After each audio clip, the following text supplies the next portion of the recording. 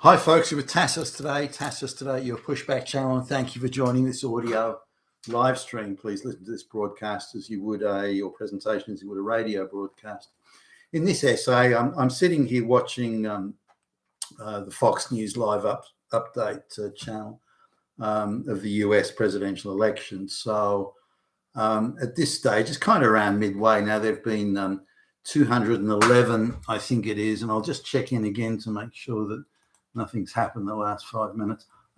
211 are called for, this is electoral college votes, called for Trump, and 117 for Harris. Now, if we look at the foregone conclusion states that Harris is going to win, and we don't even need to wait for the vote, California, that sort of stuff. That puts her up to 202. And if you look at the dead certs for Trump, it puts him at about 225.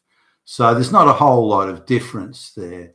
Now, we know that in the swing states, such as Georgia and those ones, that it only takes, say, 50, 60,000 votes across the 5 swing states, and there's nearly 100 electoral college votes just in that.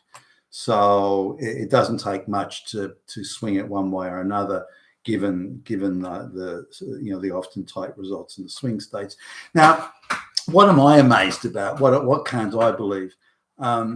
It supposedly Kamala's Harris has improved upon the results that Joe Biden got in the last election. Now, I think we can all agree there were massive irregularities in that election and an astonishing outcome for a candidate that didn't campaign and was a useless candidate as well, could barely string a sentence together even then.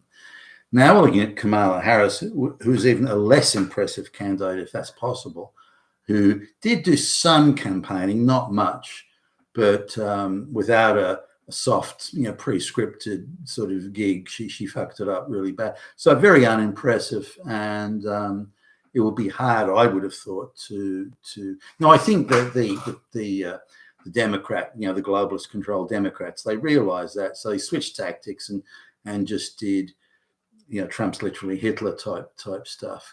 Now, and just to confirm that, I just did a search for the US election, and the whole first page that Google spat up on search results, all of them were anti-Trump hit pieces. Even now, while the voting's going on, even as much as they did, oh, we're not partisan. Oh, no, we're fair. No, you're not. That's an outrage in itself. But anyway, and complete with the hysterical things that if Trump wins, that there'll be no democracy and literally Hitler, and all that sort of stuff is there. Yet there's nothing that's pro-Trump. Not even a single story on that first page. So, and particularly not the top half of the first page, which is what most people are going to look at. So I'm staggered that this is not a landslide already in Trump's favor. Republicans were talking about maybe they could flip New York, and I thought that was always going to be a big stretch. But and they kind of did a little bit better than expected, but not much, and nowhere near enough to win the state. But in places like, let me just have a look at the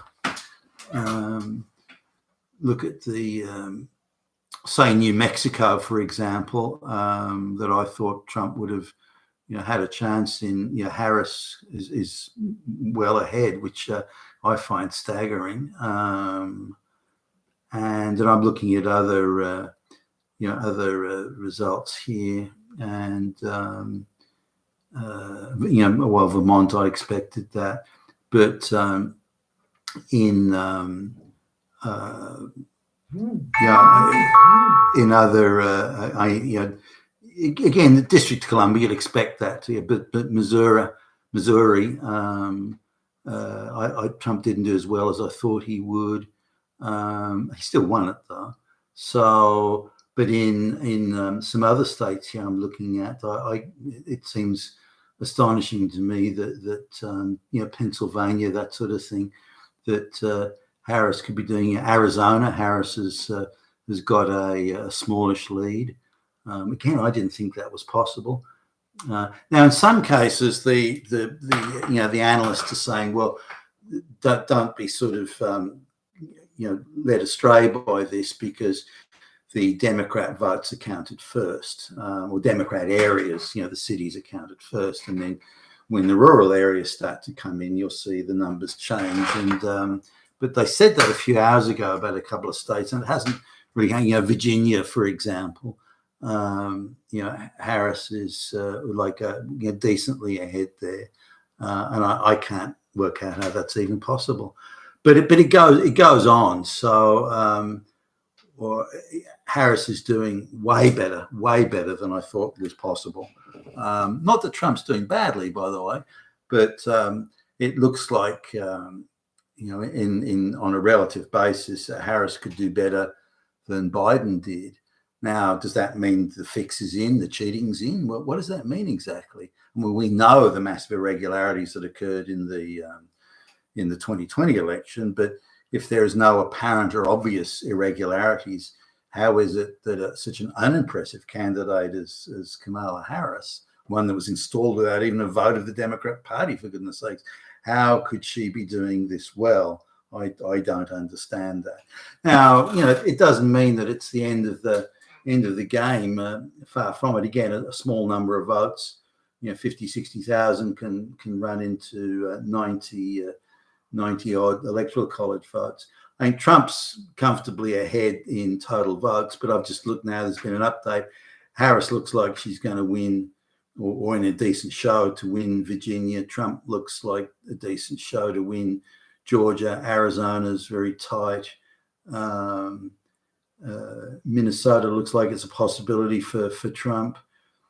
Pennsylvania looks like it's a possibility for Trump. So the situation's hardly bleak, but nonetheless, just looking at the totals here, I would think Kamala's still going to easily get more than 200 electoral college votes, and Trump sort of somewhere between 295 and 320, if the current projections are there. And so that's enough to win him the presidency. But it's no crushing landslide. And so I've got so little faith and confidence in elections now, because the globalists have taken over the entire election machinery, and they view elections as an irritation and simply an obstacle to them getting on with implementing the globalist project. So they will do anything and everything they can to undermine election outcomes, whether that means they choose all the candidates to stand for office, which is their normal playbook, or they rig elections where where it's possible that another candidate could get up. But it really doesn't matter. I've lost confidence in the elections to such an extent that Trump should be winning. Now, I suppose, when you look at the other side of it, I was having lunch with some people recently who were, again, all very well-paid public servants and jobs for life and all this sort of stuff. So they don't have to worry about reality in the way the rest of us do. And one of them said, I just can't understand why anybody would vote for Trump. I mean, why would they vote for? That was the sentiment. And so when I asked for what in particular, I don't know, just the way he talks when he comes out and talks to the media. So I tried to point out that, well, Trump doesn't come out with prepared, scripted speeches that he's rehearsed for days on end. The other guys do. So what you're getting is the real Trump. Oh yeah, but it's like, it just shows how what a dumbass he is. And that sort of attitude is what. So there's plenty of people out there who can't work out anyone vote for Trump. Joy Reid from CNN says anyone votes for Trump is a Nazi. such as the hyperbolic carrying on of today. But at the moment, it is going to be every bit as close run as the polls were calling it. I've just looked at the updated thing, and updates just come in. Kamala's at 193 and Trump at 216. And if you look at the states in play, they're all close calls. If I look at the states here that where Trump looks like he's going to at least he's got an advantage. So we're looking at 31,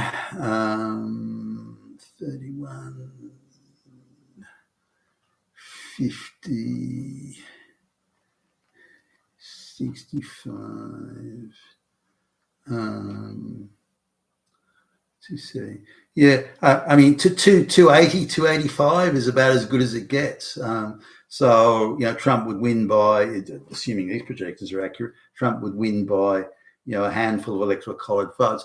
One of the benefits he's got at the moment is that he's decently up in the total number of votes that have been cast.